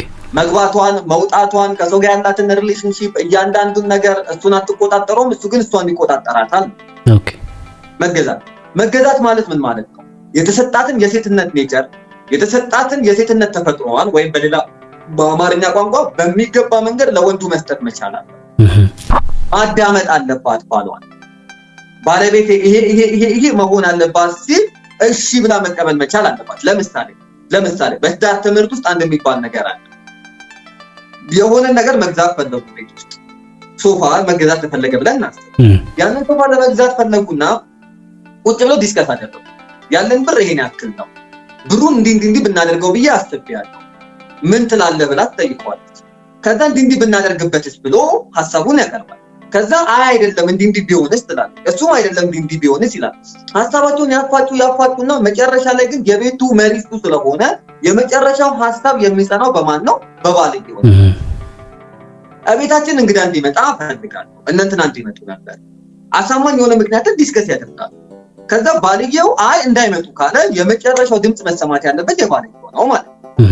ስለዚህ ይሄ ውሳኔ የሚባለው ነገር በባል መሆን አለበት ነው ያልከኝ? በባል መሆን አለበት። ኦኬ። አሁን ሴቷስ መወሰን የለባትም? ሴቷ መወሰን የለባትም? ውሳኔ መወሰን የለባትም ማለት አይደለም። የምትወስናቸው የግል ፕራይቬት ላይ አሉ። ለምሳሌ ስለምትለብሳቸው ልብሶች እኔ አልወስንላትም። ኦኬ። ማለት ስለምትለብሳቸው ልብሶች ማለት ገበያ ሄዳ ስለምትገዛቸው ልብሶች እኔ አልወስንላትም። የምወደውን ታውቃለች፣ የምጠላውን ልብስ ታውቃለች፣ ሄዳ ገዝታ ትመጣለች። ገብቶሃል? ባሏን ለሚመቸው ለሚወደው ለዛ ነገር ትገዛለታለች። ያ መገዛት ከፍቅር የሚመነጭ ነው። ለምን መሰለህ? ከሴቷ መገዛት በላይ ለወንዱ የተሰጠው ኃላፊነት በጣም ከባድ ነው። ወንዱ ነፍሱን እስከ መስጠት ድረስ ይውደዳት ነው የሚለው። ሴት ስትገዛ እኮ እስከ መሞት እኮ አትገዛም። ኦኬ። ወንድ ልጅ ሚስቱን ሲወድ ግን እስከ መሞት ነው የሚወዳት። ማለት ምን ማለት ነው? የእሱ መሞት እሷን የሚያኖራት ከሆነ እሱ ሞቶ እሷ በህይወት ትኖራለች ማለት ነው። ኦኬ። ስለዚህ በዚህ ልክ ነው ዋጋ ለመክፈል እሱ ራሱን ማዘጋጀት ያለበት ማለት ነው። በዚህ ልክ ነው ወንዱም ራሱን ማዘጋጀት ያለበት። ስለዚህ ከሴቷ መገዛት በላይ ሴቷ ተገዢ ከተባለችው በላይ የወንዱ የተሰጠው ኃላፊነት በጣም ከባድ ነው። ምክንያቱም ክርስቶስ ቤተክርስቲያንን እንደወደዳት ባል እንዲሁ ሚስቱን ይወደዳት ነው የሚለው። ክርስቶስ ቤተክርስቲያንን ሲወዳት ያደረገው ምንድነው ሲባል ነፍሱን በመስቀል ላይ እስከ መስጠት ድረስ ነው፣ እስከ መሞት ድረስ ነው። ኦኬ። ስለዚህ ያ ስለሆነ መገዛት የሚባለው በዛ ነው። ትዳርን የሚፈሩበት ትልቁ ምክንያት የትዳር ሮል ምን እንደሆነ ባለመታወቁ ምክንያት ነው ማለት ነው። ሁለተኛ ስለዚህ ማቴሪያሊስት እኔም እኮ ፈራ ነበር። አሁን ለምሳሌ አግባ ስባል በስንት ጭቅጭቅ እንዳገባው እኔ ማለት በስንት ጭቅጭቅ እንዳገባው የቤተክርስቲያን ሽማግሌ መጥቶ አይደለም እኮ ዮኒ ብሎኝ እኔ በታምር ብዬው ባንገቴ ብዬ ከዛ ቢኮዝ ትዳሩ እንድፈራ ያደረገኝ ምንድነው? ማስተዳደር የሚባል ነገር አለ፣ ገንዘብ የሚባል ነገር አለ። ወንዱ ነው ኃላፊነት እንደሚለው ስራ እየሰራች ከሆነ ለቤቱ ገንዘብ ብታወጣ what is the problem? ችግሩ ምንድነው?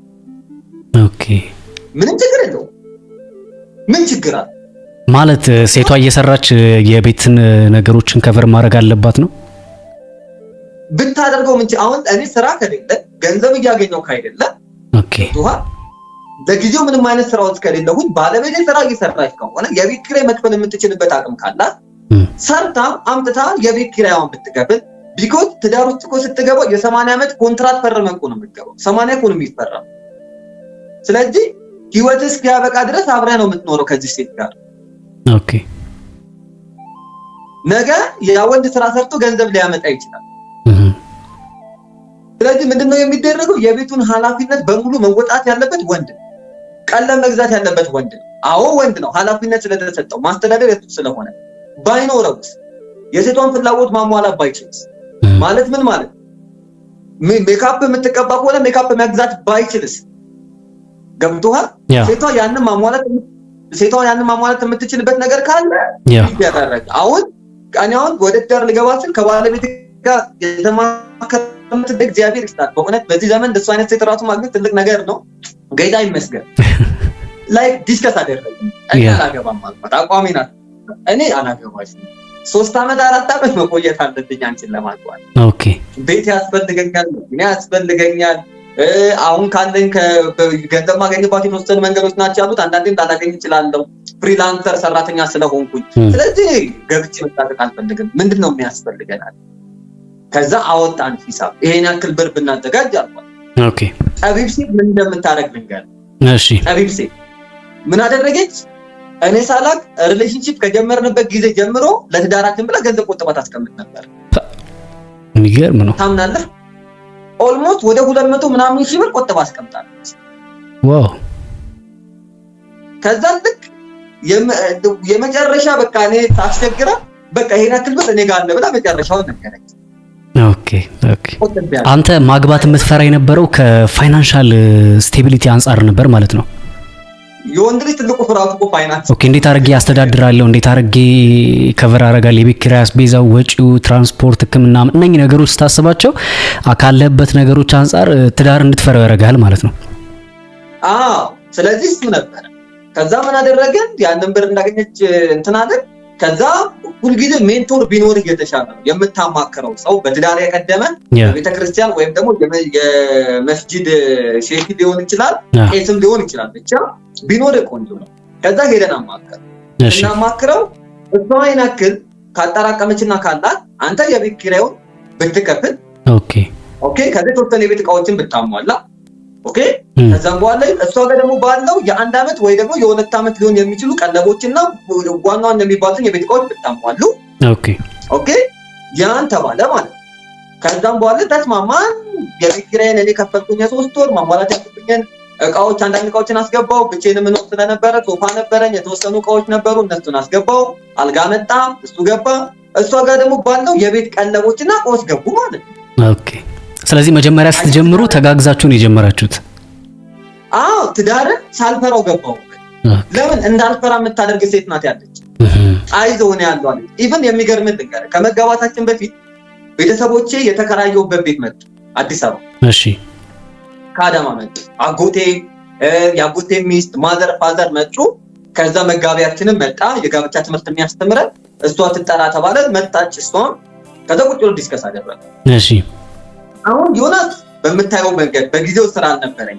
ኦኬ ስራ ታውቃለህ፣ ተፈጥሮ የነበረውን ነገር ምናልባት እኔ ጋር ብዙ ስራዎች እንትኖች ክራይሲስ ውስጥ ስለነበርኩኝ በሚዲያም በጣም ብዙ ቀውስ ውስጥ የገባሁበት ጊዜ ነበርና ዮናስ ስራ እና ደግሞ አንቺ ሴት ነሽ የሚያስፈልጉሽ ነገሮች አሉ ባያሟላልሽ ፊት ለፊት ጠየቋት ማለት ነው። እሺ ባያሟላልሽ ሲሏት ምን ብላ መለሰች? ችግር የለውም እኔ ይሄን ያክል ብር እግዚአብሔር ይመስገን በጣም ጥሩ ደሞዝ ታገኛለች፣ በጣም ጥሩ ደሞዝ ታገኛለች እና እኔ ይሄን ያክል ታገኛለች። ማንም ኖሮት አልተጋባም። ስለዚህ የሆነ ነገር ስኬታማ እንደሚሆን አምናለሁ፣ ውጤታማ እንደሚሆን አምናለሁ፣ ትልቅ ደረጃ ላይ እንደምትደርስ አምናለሁ። ስለዚህ ችግር የለውም አገባዋለሁ አለች ማለት ነው። የሚገርም ነው። እሺ ስለዚህ ይሄ ነው መሆን ያለበት። ወንዶችን ትዳር እንዲፈራ የምታደርጉት ሴቶች ናቸው። ኦኬ ሴቶች ናቸው። ስለዚህ በእንደዚህ አይነት ምክንያት ሰዎች ወደ ትዳር እንዳይገቡ ችግር ይፈጠራል ብዬ አምናለሁ። ኦኬ እሺ በጣም ጥሩ። ግን እዚህ ጋር አንድ ሌላ መጨመር የምፈልገው ነገር ምንድነው? አሁን በዚህ ሰሞን ላይ አንተ እንደተናገርከው እንደገለጽከው አንዳንድ ሴቶች ትንሽ ጥቅመኛ የመሆን ነገር ይታይባቸዋል። ሴቶች ብቻ ሳይሆን ወንዶችም እንደዚሁ ከጥቅም ጋር በተገናኘ ትዳርን የመፍራት ነገር አለና እንደው ባለትዳርና አሁን በዚህ ሰዓት ባለትዳርነ ገብተህበታል እየኖርክበት ነው ያለውና እንደው ትዳር ከውጪ ሲታይና ከውስጥ ሲኖርበት እንዴት ነው? ልዩነት አለው ማለት ጥቅሙ ይበዛል ወይስ ጉዳት አለው? ጭንቀቱ የትኛው እስቲ ጥቅም አለው? በብቸኝነት ወራት ከነበርክበት በላይ አሁን ትዳር ከያዝክ በኋላ ምን አይነት ነገሮች ተሽለዋል? በፍቅረኝነት ስትኖር ምን አለ መሰለህ ፍቅረኛን ማገኛት ማክሲመም በዛ ከተባለ ለ2 ሰዓት ወይ ለ3 ሰዓት ማክሲመም።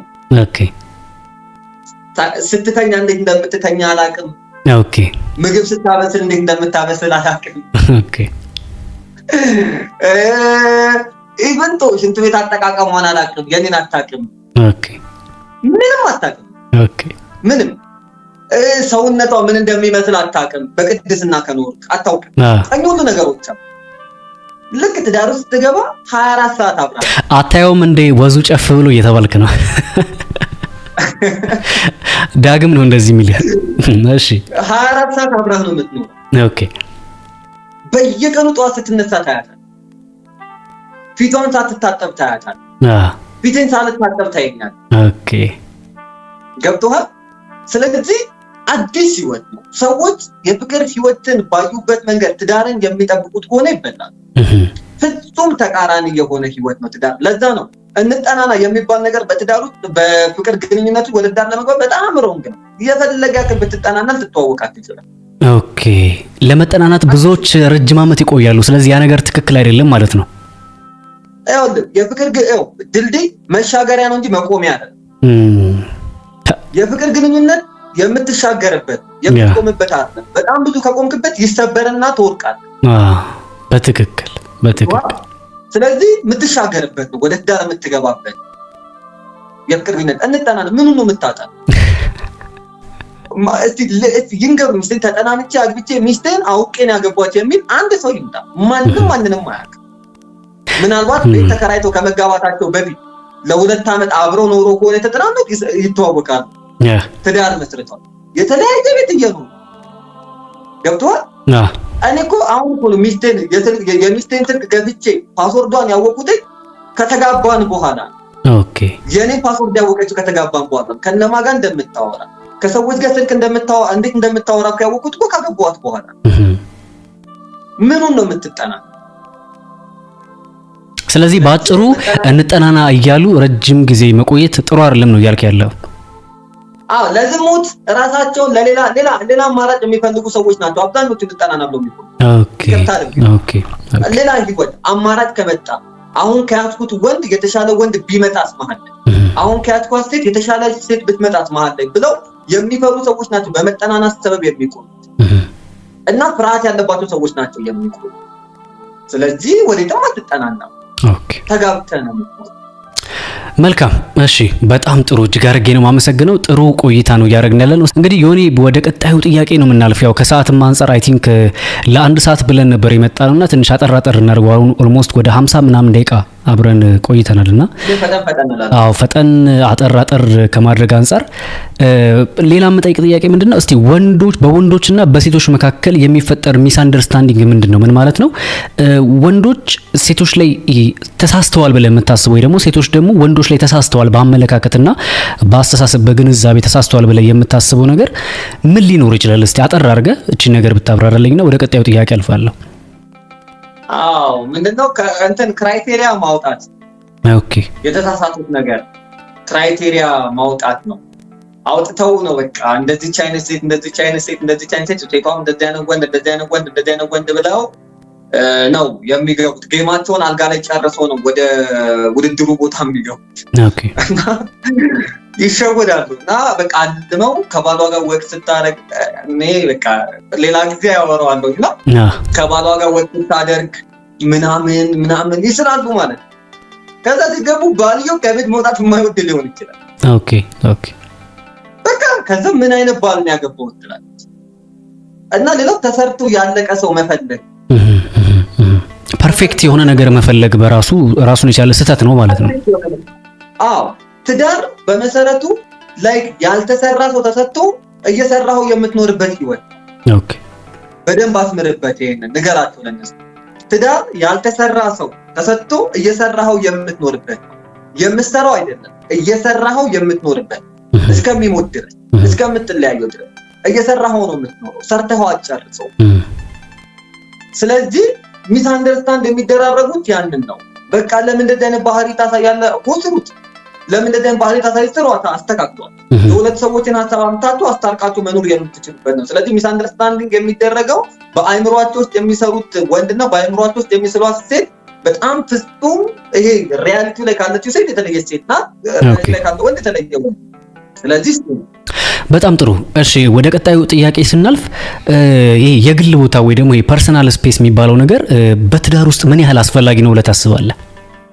ምን አልከኝ? ይቅርታ። ይሄ የግል ቦታ ወይም ደግሞ ፐርሰናል ስፔስ የሚባለው በትዳር ውስጥ አስፈላጊ ነው ብለህ ታስባለህ?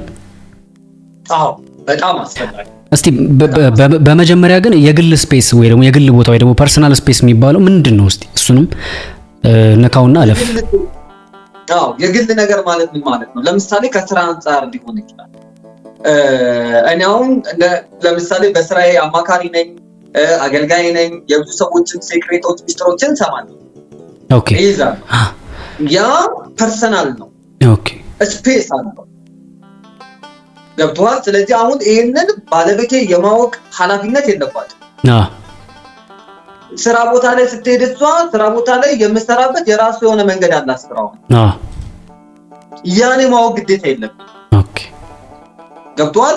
በቃ እሷ እንዴት ነው ብሎሽ እንዴት ነው ስራሽ እላታለሁ። እንትና ከሚባል ሰው ጋር ብላ ትነግረኛለች። የምትሰራውን ስራ ግን ዲቴል ማወቅ የለብኝ። ፐርሰናል ስፔስ የምንለው ያንን ነው። ሌላኛው ከምንድን ነው? ከፕራይቬሲ አንፃር ፕራይቬሲዎች በጊዜ ሂደቶች ወጥተው የሚነገሩ ናቸው። ተነግረው የሚያልቁ አይደል። የግል ህይወቶች ማወቅ ያለብኝ ለትዳር ታሳውቀኛለች። ማወቅ ያለባችን አሳውቃትና ዋና የሚባሉትን ነገሮች ከዛ ስለ ልጅነቴ፣ ስለ አስተዳደጌ፣ ስለምኖቼ ግን በጊዜ ሂደቶች ውስጥ ማወቅ ያሉባት ነገሮች አሉ። ገብቶሃል? አሁን ማሳውቅ አሁን አብዛኛውን ያወቁት ከሷ እንደዛ ነው፣ ከኔም ያወቀችው እንደዛ ነው። መሆንም ያለበት እንደዛ ነው። ስለዚህ አስፈላጊ ነው ወይ? አዎ የበላውን የጠጣውን ሁሉ መጠየቅ፣ የሄደበትን ሁሉ በቃ ወንድ ደግሞ ያን አይፈልግም። በነገራችን ላይ ነፃነቱን ከፊት በላይ ነፃነቱን የሚፈልገው ወንድ ነው። በቃ ወንድ ነፃነቱን በቃ ወጥቶ ከጓደኞቹ ጋር እንትን ማለት መነጋገር ማግኘት ይፈልጋል። ነፃነት ይፈልጋል። የግሉን ፕራይቬት ነገር ይፈልጋል። ሴትም እንደዛው የራሷን የግል ፕራይቬት ነገሮች ትፈልጋለች። ያ ነገር መታወቅ መቻል አለበት። ስለዚህ አስፈላጊ ነው ወይ? አዎ። አለበለዚያ ምን ይፈጥራል መሰለቻቸትን ይፈጥራል። ትዳርን ረጅም ጊዜ የሚያቆየው በመካከሉ ሚስጥር መኖር።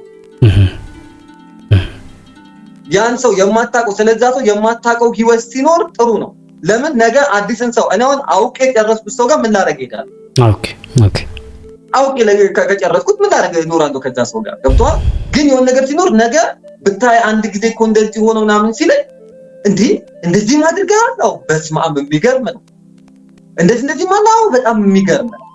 ስለዚህ አየህ የግል ፐርሰናል ነገር መኖሩ ትዳርህን ከሚያስቀጥል መሰረታዊ ነገር ያ። ከዛ ባለፈ ግን የምታገኛቸውን ሰዎች መናገር፣ ውሎህን ሪፖርት ማድረግ ይሄ ግዴታ ነው። ኦኬ ግዴታ በቃ መሰመር ያለው የት ነበርክ ስትባል ማስረዳት።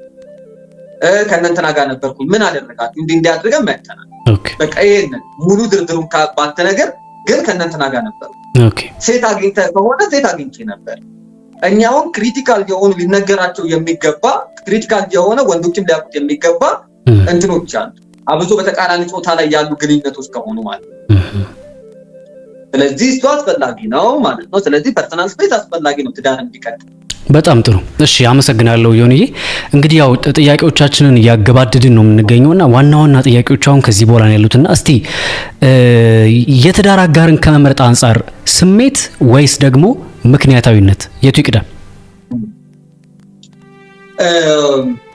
ሁለቱ በጣም ለዘመናት ሲያከራክሩ የቆዩ ጥያቄዎች ናቸው። ኦኬ ትዳር በስሜት ይጀመራል፣ በእውቀት ይቀጥላል። ይሄ ነው ትክክለኛው አካሄድ። እውቀት አስፈላጊ ነው ወይ? አዎ። እውቀቱ ምንድነው? ፐርሰናል ስለ ትዳር ያለህ አመለካከት፣ ስለ ህይወት ያለህ አመለካከት ምን እንደሆነ እውቀት ሊኖርህ ይገባል።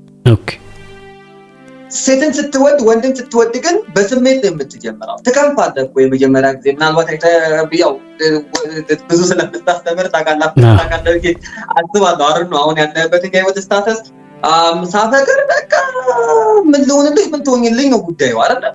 በቃ ሰማይና ምድርን እግዚአብሔርን ሁላ እስከ መተው ትደርሳለህ። ሃይማኖት ላቁ ተቀየራል። ሲጀምረው ስሜት ነው የሚያስጀምር። ስሜት ያስጀምራል። ምክንያቱም ለአእምሮም አዲስ ስለሆነ አእምሮ አዲስ ለሆነ ነገር ሙሉ ሀሳቡን ነው የሚሰጥ። በአንድ ድምፅ ያጠርቀዋል። ከዛ ሲኖር ግን እውቀት ነው የሚያስቀጥለው ያንን ነገር ማለት ነው። ስለዚህ ብዙ ጊዜ በእውቀት የተጀመሩ ጉዳዮች ሌላ እውቀት ይመጣና የተካቸውና የመበላሸት እድላቸው ሰፊ ናቸው የሚል። በስሜት ሲሆን ግን ስሜቱ ላይ እውቀት እየጨመርክበት ትሄዳለህ። ምን ማለት ነው? አንዱ ያለ አንዱ አይሆንም። የአንድ ሳንቲም ሁለት ገጽታ ይባላል አይደለ? ስለዚህ ስሜትም እውቀትም ሁለቱም አስፈላጊ ናቸው። እኔ ግን የጀመርኩት በስሜት ነው ፍቅሬን፣ ከዛም በኋላ በእውቀት ነው ያስቀጠልኩት ስኖር ማለት ነው። አሁን ያኔ በቃ በየቀኑ የምትናፍቀኝ ሴት ልክ ልንጋባ ስንል የአይነት ነገር ቆመ፣ ወደ እውቀት ተቀየረ። ያኔ በየቀኑ እያገኘኋት መጋብዛት ሴት የምትጋብዘኝ ሴት ቆመ በቃ። ከዛ እውቀት ገባ ማለት ነው። ትዳር የሚያስፈልግ ሳንጋባ በፊት በየቀኑ ውጭ የምንበላቸው ሰዎች ከተጋባን በኋላ ሬር ነው በጣም ውጭ ወጥተን የበላንባቸው ጊዜ አለ። እውቀት ያስቀጥለዋል ማለት ነው። ገብቶሃል? ረጅም ጊዜ የሚያስኖር ስሜት፣ ረጅም ጊዜ የሚያስኖር እውቀቱ ነው ማለት ነው። ስለዚህ በስሜት ይጀምራል። በጣም ጥሩ። ከዚህ ጋር በተገናኘ በፍቅር ግንኙነት ጊዜም ሊሆን ይችላል፣ በትዳር ውስጥም ሊሆን ይችላል። ይሄ መተማመን የሚባለው ወይ ደግሞ ትረስት የሚባለው ነገር ሲሰበር መልሶ መገንባት ይቻላል? የሚቻል ከሆነ ምን ያህል ጊዜ ሊፈጅ ይችላል? ምን ያህል ጊዜና ጉልበት ሊፈጅ ይችላል በታስባለህ? እቺ እንደ ሰውም እንደ ስነ ልቦና የምትመልሰው ጥያቄ አይደለም። ሀሳብ የምትሰጥበት ሌሎች ሰዎች ካላቸው ከደረሱበት ማቹሪቲ አንፃር ዲሳይድ የሚያደርጉት። ለዚህ ሁለት አመለካከቶችን እናስቀምጥ። የመጀመሪያው ይጠገናል የሚለው ነው። እስቲ አሁን እቺን ነገር ትንሽ ግልጽ ከማድረግ አንፃር ለተመልካቾቻችንም አንድ ሰው የፍቅር ግንኙነት ውስጥ እያለ ወይ ደግሞ ትዳር ውስጥም ከገቡ በኋላ ወንድና ሴቶች ድንገት በመካከላቸው ቺሲንግ ቢፈጠር ነው ሐሳቡ። ይሄ ቺት ማድረግ የሚባለው ነገር ቢፈጠር ያንን ነገር መልሶ መጠገን ይቻላል? ከተቻለስ ምን ያህል ጊዜ ይወስዳል? በምን አይነት መንገድስ ነው የሚጠገነው? እንደዚህ አይነት ነገር ውስጥ የገቡ ሰዎች ምን ያድርጉ? እስቲ አንተ ሐሳብ ምንድነው ዜሬ? ኦኬ፣ በጣም ቆንጆ። ሁለት አይነት መንገዶችን፣ ሁለት አይነት አመለካከቶችን ነው የምናስቀምጠው። የመጀመሪያው ይቻላል ይጠገናል የሚለው ነው። ሁለተኛው አይጠገንም የምንለው ነው። ይጠገናል የምንለው ምንድነው? ይጠገናል የምንለው በሁለቱ ሰዎች ወይም ደግሞ በሁለቱ ባለትዳሮች መካከል ያለው ኢንቲሜሲ ነው፣ የስሜት ቁርኝት ነው። ለምሳሌ ያክል አንድ ሰው ቺት አድርጎ ወንዱም ሊሆን ይችላል ሴቷም ልትሆን ትችላለች፣ ቺት አድርገው ከልብ መጸጸት ውስጥ መጥተው ተጸጽተው የአንድ ጊዜ ጥፋት ሆኖ ነግረው ተግባብተው መመለስ የሚችሉ ከሆነና ይሄንን የሚወስነው ያኛው በደሉ የደረሰበት አካል ያደረሰው አይደለም። ግን እዚች ጋር ላቋርጥና ይቅርታ፣ አንድ ሰው ቺቲንግ የሚባለው ነገር ላይ ከሄደ በኋላ መልሶ ይቅርታ መጠየቅ ትንሽ አይጋጭም? ማለት ምን ሊሆን ይችላል እዛ ነገር ውስጥ ሊከቱ ይችላል? እስቲ ሐሳብ። ለዛ ነው ተፈጥሮን መረዳት መቻል ያለብን ያልኩት። ስሜት የሚገዛ ነገር ነው። የምትገዛው ነው ማለት የምትቆጣጠረው ነገር። አንዳንዴ ስሜት ፈንድቶ ሲወጣ የምትወርቅበትን ቦታ አታውቅም። ብዙ ጊዜ በእግዚአብሔር ፊት ሰዎችን መጸለይ ያለባቸው ወይም ደግሞ ሶላስ ሲያረጉ ማድረግ ያለባቸው በምን አይነት መንገድ ነው ሲባል ላይ ፈጣሪ በእንደዚህ አይነት መንገድ እንዳይፈትናቸው ወይ ሰይጣን ራሱ እንዳይፈትናቸው ነው መቃወም መቻል ያለባቸው። ለምሳሌ በአጋጣሚ በዛ ትዳር መካከል ከፍተኛ የሆነ ግጭት ይፈጠርና የረጅም ጊዜ ጸጥታዎች ይፈጠራሉ። ቶሎ ሶሉሽን አይፈልጉም። ከዛ አልጋ ላይ ሊተኙ ይችላሉ። በዛ መካከል ያ ወንድ ወይም ያቺ ሴት ከሌላ ሰው ጋር ወይ ኦንላይን ላይ ከምታውቀው ሊሆን ይችላል ወይም ሊያማከራ ካገኘው ሰው ጋር ግንኙነት ሊጀምር ይችላል ወይም ሊጀምር ይችላል። ከዛ በዛ አጋጣሚ ቺት ማድረግ የሚባለው ነገር ይፈጠር ይችላል። ስለዚህ አሁን ይሄን ነገር የገፋው ተደራራቢ ችግሮች መጥተው አሁን ምን ሲባል ሰምቻለሁ፣ ቺት ማድረግ እንትን ነው ምን ስህተት ሳይሆን ምርጫ ነው ምናምን ሲሉ ሰማሁ። እሱን ነገር እስቲ እንዴት ታየዋለህ አንተ? ምርጫ ነው ወይስ ስህተት ነው ብለህ ታስባለህ? ይሄ ነገር በሁለቱም የሚሄዱ ናቸው። ምርጫ ነው የምትለው ከምን አንፃር ነው? ምርጫ ነው የምትለው መርጣ ስትሄድ ነው። ለምሳሌ የምትንከባከብ ወይም የሚንከባከባት ባል ያላት የሚወዳት የምትወደው ባል ያለ ጸጥ ብሎ ሄዶ ያንን ነገር ፈጽሞ የሚመጣ ከሆነ ምርጫ። አፍተር ኦል ማንኛውም ሰው ምንም አይነት ነገር ሲያደርግ በምርጫ ውስጥ ሆኖ ነው ውሳኔ የሚወስነው። ማንኛውም ውሳኔ ሲወሰን ምርጫ ማድረግ ወይ አለማድረግ ነው። ግን ያንን ምርጫ መርጦ ውሳኔ ለመወሰን ያለህበት ሳይኮሎጂካል ኮንዲሽን ያስገድዳል። እንዳል ለምሳሌ አልጋ ላይ ይተው የኖር ቤት ውስጥ የማይነጋገሩ እየተጨቃጨቁ ከሆነ ያሉት አይምሮ ይሄንን ነገር በጣም እየጠላው ስለሚመጣ አይምሮ ደግሞ አንተን ፕሮቴክት ማድረግ ስራው ነው። ይሄ ሳይኮሎጂካል ነው። አይምሮ ኦልዌይስ የሚሰራው እኔን እየተፈጠሩ ካሉ ችግሮች መጠበቅ ነው። ትልቁ ስራው ያ ነው በቃ ያለው። ስለዚህ ጭቅጭቅ ሲኖር ከዛ ጭቅጭቅ ውስጥ እኔ መጠበቅ ይፈልጋል። ስለዚህ አይምሮ አማራጭ ያዘጋጅልኛል ማለት ነው። ውጣ፣ ከቤት ውጣ፣ ሰላም ከሚሰጥ ሰው ጋር አይምሮ ይሄ ነው ስራው። ሰላም ከሚሰጥ ሰው ጋር እንደዚሁም ብሎ ምርጫ ይሰጣል። የዛን ጊዜ ላይ ወጥተህ ያንን ተግባር ልትፈጽም ትችላለህ። ሁለተኛው ግን በተስተካከለ ኮንዲሽን ውስጥ ኖረ እያፈቀረችኝ እየተንከባከበችኝ ህይወቴን እየሰራች ያለችን ሴት ላይ ፊት ባደርግባት ይሄ ስህተት፣ ሊትራሊ ስህተት ማለት ነው። እንደዚህ አይነቱ። ስለዚህ የመጀመሪያው ይመለሳል የምንልበት ትልቁ ምክንያት ምንድነው ሲባል ያ ሰው ተጠጥቶ መጥቶ ነግሯት ወይም ደግሞ ነግራው አስረድቶ ያ ሰው ሳይኮሎጂካል ኮንዲሽኑ ቦልድ የሆነ ከሆነ መቀበል የሚችል ከሆነ ያንን ነገር ማረጋጋት የሚችል ከሆነና ያ ሰው የሰራውን ስህተት ድጋሚ የማይሰራው ከሆነ አንዴ የተሰራ ስህተት ከሆነ የማይደጋገም ከሆነ አዎ የመመለስ እድል አለ። ያ የመመለስ እድል ግን እምነት ሲሰበር እንደ መስታወት ስለሆነ ያንን ለመገጣጠም በጣም ረጅም ዓመታቶችን ሊወስድ ይችላል። አዎ እሱን እኮ ነው የምልህ። አሁን እንደዚህ አይነት ነገሮች ከተፈጠሩ በኋላ ከዛ ሰው ጋር አብሮ ማለት ስታስበው ያን ሰው እንደገናም ደግሞ በአልጋ ወቅት ላይ ሊፈጠሩ ሲሉ ይሁን አይምሮ እኮ አይረሳም። አንዴ ታውቃለህ እንደዚህ ኔጌቲቭ ነገሮችን ሲይዝ እና ያ ነገር ትንሽ አይከብድም? ታዲያ እንዴት ነው ይሄ ነገር? ያንን ያልኩ ይሄ በደሉ የደረሰበት አካል ያለው የስነ ልቦና ብቃት ይወስነዋል ያልኩ ለዛ የስነ ልቦና ብቃት ይወስነዋል። ስለዚህ ውሳኔውን የሚወስነው ስህተቱን የሰራው ሰው ሳይሆን ውሳኔውን የሚወስነው በደሉ የተፈጸመበት ያ አካል እችለዋለሁ ወይ አቅሜ ይፈቅዳል ይሄን ነገር ተቀብዬ መቀጠል ይችላል። ለምሳሌ በጣም አስደናቂ የሆኑ ሰዎች እኮ አሉ እኮ ቺት አድርገውባቸው በሰላም ሀገር መጥተው በቃ ችግር የለውም ብለው ተቀብለው ህይወታቸውን የቀጠሉ በቅርብ እንኳን በሚዲያ የምናውቃቸው የሃይማኖት አባቶች እንኳን አይተናል። ምናልባት ታስታውሳለህ ብዬ አስባለሁ። አንድ ዘማሪ እንደዛ አድርጓል፣ ስሙን አልጥቀስ እና ባለቤቱ ይቅርታ አድርጋለት ህይወታቸውን እንደ አዲስ መኖር ጀምሯል። ኢቭን የምስጋና መዝሙር ሁላ ዘምሯል። አውቁታ ማለት ነው። ያው ሚዲያ የሚያውቀው ስለሆነ ችግር የለውም እና የምህረቱ መገለጫ ምልክቱ የሚል መዝሙር ሁላ ዘምሯል። አየህ፣ ስለዚህ አሁን ያ ይቅር የማለት እንትኑ የተፈጠረው በእሱ ላይ ሳይሆን ቺት በተደረገባት በዛ ሴት ላይ ያቺ ሴት ስነ ልቦናዋ ጠንካራ ነው። ምናልባት ደግሞ ልጅ ወልደው ሊሆን ይችላል። አንዳንዴ በመካከል ልጅ ስላለ ልጅ ስላለ ያንን ልጅ ለይተህ ላለማሳደግ ስትል የምትቀበላቸው ነገሮች አሉ። የስነ ልቦና ጥንካሬ ይጠይቃል፣ ሳይኮሎጂካል ስታተስን ይጠይቃል። ግን ያን ታደርጋለህ። መጽሐፍ ቅዱስ ዝሙትን ይጠይፋል። ከዛ ሰው ከሚስቱ ጋር ሊፋታ የሚችለው በዝሙት ምክንያት። ዝሙት ሰውን ያፋታል። መጽሐፍ ቅዱስም ቀጥታ ይደግፋል። ዝሙት የተፈጸመበት የአካል ወይም ደግሞ በደል የደረሰበት የመፍታት መብት አለ። አይ ቲንክ አመንዝራነት ለማለት ፈልገህ ይመስለኛል። ማመንዘር ያ ማለት ነው። ስለዚህ በእንደዚህ አይነት መንገድ ነው። ሁለተኛው አይሆንም ማለት ምን ማለት ነው? ወይም ደግሞ አይመለስም የምንለው ምን ማለት ነው? ያ ሰው ያንን በደል ምን ካደረገው ደጋግሞ አድርጎት ከሆነ ፊት ማድረግ የሚባለው ደርቦባት ሌላ ሴት ይዞ ሴክሹዋል ነገሮችን በየጊዜው የፈጸመ ከሆነ ስህተቱን ለመደበቅ ከሞከረ እሷ እስክታውቅ ድረስ ደብቆ ከያዘው አይሆንም፣ አይመለስም፣ አይደገም። ከዛ ያንን ስህተቱን በእሷ የሚያመካኝ ከሆነ ወይ በእሱ የምታመካኝ ከሆነ ስላልተንከባከብከኝ ነው፣ ስላልተንከባከብሽኝ ነው፣ ፍቅር እየሰጠሽኝ ስላልሆነ ነው፣ አልጋ ላይ ጎበዝ ሴት ስላልሆንሽ ነው፣ ለዚህ ነው ብሎ የሚደረድር ከሆነ ይሄ ሰበበኛ ወንድ ነው፣ ሰበበኛ ሴትና ድጋሚ ታደርጓለች ያለ። ስለዚህ የሚመከረው ስለሚገዳደሉ እነዚህ ሰዎች አንድ ቤት ውስጥ ከኖሩ መለያየቱን ይመከራል። ከስነ ልቦና አንፃር ማለት ይመከራል። ነገር ግን ሰዎች በጣም ማወቅ ያለባቸው ትልቁ ነገር ምንድነው? በሃይማኖት ስርዓት ውስጥ ትዳር መግቢያ በር አለው፣ መውጫ የለውም። ስገባ ቆልፈ ነው የምትገባው። ከዛ ቁልፉን ተወራውረዋለህ በመስኮት በኩል አትወጣም። ኢቭን መስኮቱን ላይ ነው በቃ ትውጠዋለህ። ለቁልፉ ሟቅ እሺ። እና ስለዚህ እንደዚህ ነው። እኔ አሁን ትዳር ውስጥ ገባ በቃ ባይመቸኝ ባልወድ የሆነ ነገር ቢፈጠር በቃ አማራጭ የለኝም፣ በቃ መኖር ነው በቃ።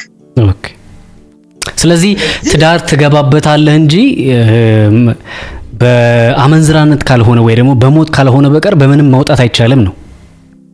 አትችልም። በቃ ከገባህ ገባህ። ኢቭን ችግሩ እንኳን ቢፈጠር ያ ወንድነው ዝሙት ነው የሚባለው። ቢፈጠር አመንዝራነት ከትዳር በፊት ያለ ነው ዝሙት ነው እንትን ላይ የሚባለው እንደዛ ነው። አይ ቲንክ ዝሙት ከትዳር በፊት ነው፣ አመንዝራነት ደግሞ ከትዳር በኋላ።